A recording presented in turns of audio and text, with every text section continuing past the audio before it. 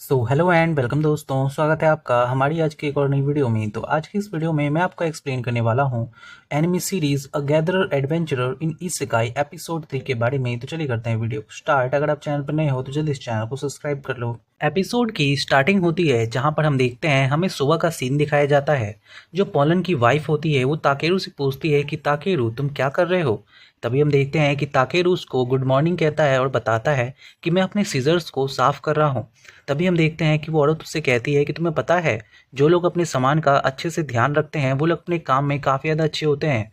Then हम देखते हैं कि वो लोग फाइनली वहाँ से शहर के लिए निकल जाते हैं और रास्ते में ताकेरू पॉलन से कहता है कि एक्चुअली मैं भी ये गाड़ी चलाना चाहता हूँ। देन हम देखते हैं कि पॉलन उसे अपनी गाड़ी चलाने के लिए देता है एंड ताकेरू काफ़ी अच्छे तरीके से वो घोड़ा गाड़ी चलाता है। एंड हम देखते हैं कि थोड़ी ही देर बाद वो लोग अपने शहर टॉमी पहुंच जाते हैं। टॉमी पहुंचने पर जो ताकेरू होता है वो वहां से जाने लगता है, बट तभी पॉलन उससे थैंक्स कहता है और कहता है कि रास्ते में तुमने हमारी बहुत ज़्यादा मदद की। देन हम देखते हैं कि फाइनली ताकेरू उसको गुड बाय कहता है। तभी वहाँ पर जो एक सिक्योरिटी गार्ड होता है वो कहता है कि अच्छा पॉलन घर आ गया, इसका मतलब कि मौसम चेंज हो रहा है। तभी ताकेरू से पूछता है कि आखिर पॉलन करता क्या है। तभी हम देखते हैं कि वो सिक्योरिटी गार्ड उसे बताता है कि वो एक्चुअली इस समय ठंड के मौसम में बाहर देशों में जाकर अपने सामानों को बेचता है ताकि वो खाना जुटा सके। उसकी ये बात सुनकर ताकेरू कहता है कि इससे अच्छा है कि मेरे पास ये स्किल है, वरना मुझे भी इसी तरीके से भटकना पड़ता। देन हम देखते हैं कि फाइनली वो सिक्योरिटी गार्ड उसे बताता है कि क्या तुम्हें अपने सामानों को बेचने नहीं जाना है। देन हम देखते हैं कि ताकेरू वहाँ से सीधा उस मटेरियल वाले शॉप पे जाता है एंड अपने सारे मटेरियल को उस आदमी को दे देता है एंड अपने दिमाग में सोचने लगता है कि वैसे तो मैं मिथरल और अपने साथ लेके आया हूँ, बट शायद मैंने उसे मिथरल मैजिक और के साथ मिला दिया है, कहीं ऐसा ना हो कि कुछ गड़बड़ हो जाए। तभी हम देखते हैं कि वो आदमी ताकेरू से कहता है चुपके से कि ताकेरू तुम्हें पता भी ये क्या है, ये एक मिथरल मैजिक और है, ये एक लेजेंडरी आइटम है बहुत ही वैल्यूबल।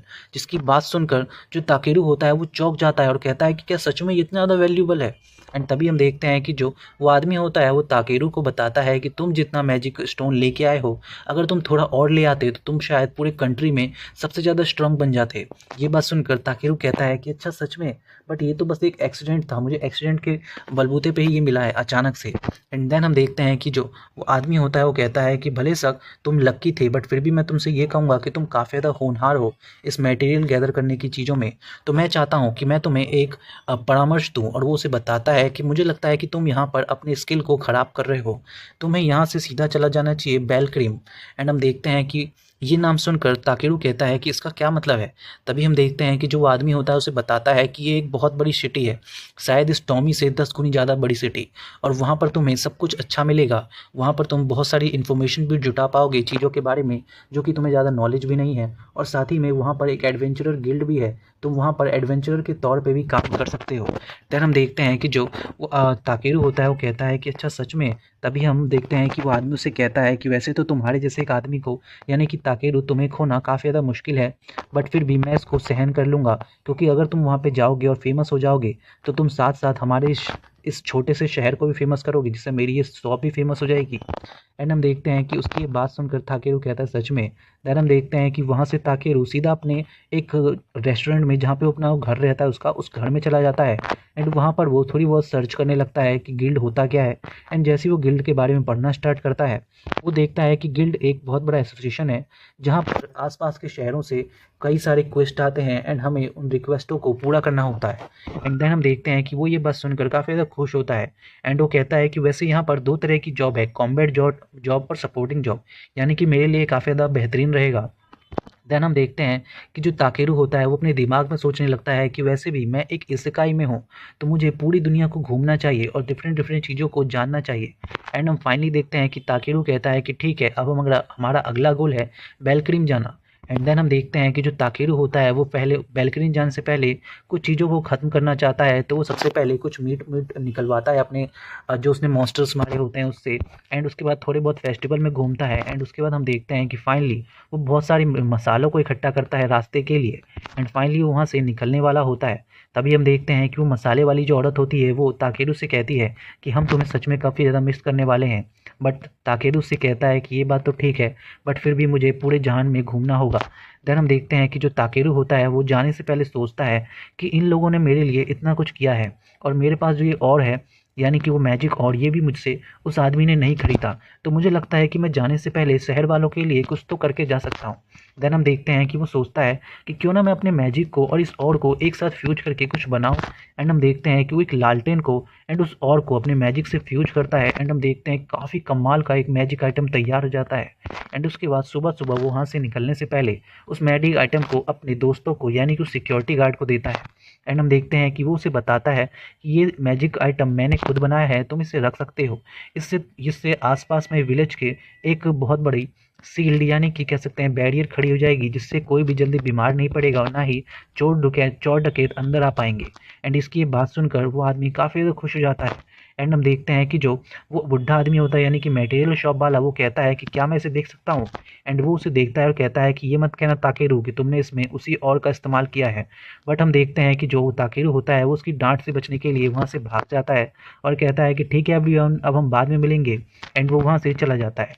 फाइनली हम देखते हैं कि रास्ते में जाते हुए उसे एक बहुत बड़ा क्रैब दिखता है, जिसे देखकर वो कहता है कि ये क्या है, तो बहुत बड़ा मॉन्स्टर है। तभी वो जैसे ही उसको स्कैन करता है वो देखता है कि उसका रैंक सी है और उसके अंदर उसे सबसे ज़्यादा जो इंपॉर्टेंट चीज़ लगती है वो ये है कि इस क्रैब को खाया जा सकता है। जिसे देखकर वो कहता है बी को कि तुम्हें पता है बी, क्रैब्स काफ़ी ज़्यादा डिलीशियस होते हैं एंड उनके मुंह में पानी आ जाता है। एंड वो लोग सोचते हैं कि क्यों ना हम इसे डिफीट कर दें। एंड हम देखते हैं कि ताकेरो अपनी मैजिक का इस्तेमाल करता है अपनी बॉडी पे ताकि वो इस क्रैब को हरा सके। बट उससे पहले ही बी जाकर अपने अल्ट्रासोनिक आवाज़ से उस क्रैब को एकदम बेहोश कर देता है। उसके बेहोश होते ही उसके आसपास में जो उसके दोस्त होते हैं वो भी वहाँ पे आ जाते हैं उसे बचाने के लिए। एंड हम देखते हैं कि जो ताकेरू होता है वो कहता है कि अब मैं क्या करूँगा इनसे बचने के लिए। तभी बी उसको उठा लेता है एंड उसके उठाते ही वो दोनों क्रैब जो होते हैं वो आपस में टकरा जाते हैं एंड खत्म हो जाते हैं। जो आखिरी क्रैब बचता है उसको ताकेरू अपने डंडे से काफ़ी अच्छे तरीके से उठा के फेंक देता है एंड वो भी खत्म हो जाता है। एंड उसके बाद वो उन सभी को अपने मैजिक आइटम बॉक्स में भर लेता है। देन हम देखते हैं कि वो लोग कहते हैं कि बड़े वाह, आज रात को फिर पार्टी होने वाली है। एंड देन हम देखते हैं कि रात का सीन होता है।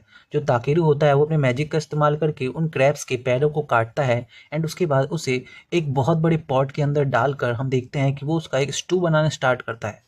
एंड थोड़ी देर बाद हम देखते हैं कि फाइनली वो क्रैब बन के तैयार हो जाता है। एंड वो दोनों यानी कि ताकेरू और बी उसको खाते हैं और वो कहते हैं कि वाह, ये तो सच में काफ़ी ज़्यादा डिलीशियस है।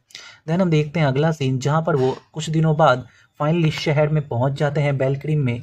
वहाँ पर जाने के बाद वो देखते हैं कि ये शहर बहुत ही ज़्यादा बड़ा होता है एंड वो कहते हैं कि वाह, ये तो काफ़ी कमाल का है। एंड हम देखते हैं कि ताकेरू वहाँ पर अंदर जाने की लाइन में लगता है जहाँ पे चेकिंग चल रही होती है और वो सोचता है कि मुझे अपने आइटम बॉक्स को एकदम नॉर्मल बैग में बदल लेना होगा वरना लोग मुझ पर शक करेंगे।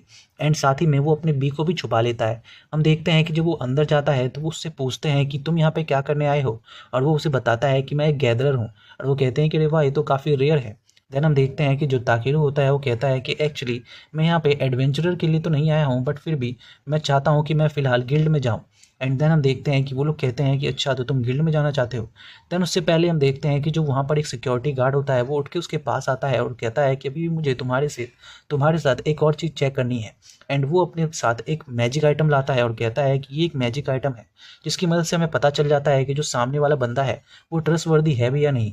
एंड जैसे ही वो उसका इस्तेमाल उस पर करता है वो कहता है कि फ़िलहाल तो कुछ अजीब नहीं लग रहा है। देन हम देखते हैं कि जो ताकेरू होता है वो अपने दिमाग में सोचता है कि भला कोई मेरा स्टेटस कैसे देख सकता है, और वो सोचता है कि क्यों ना मैं भी इसको स्कैन करके देखूं।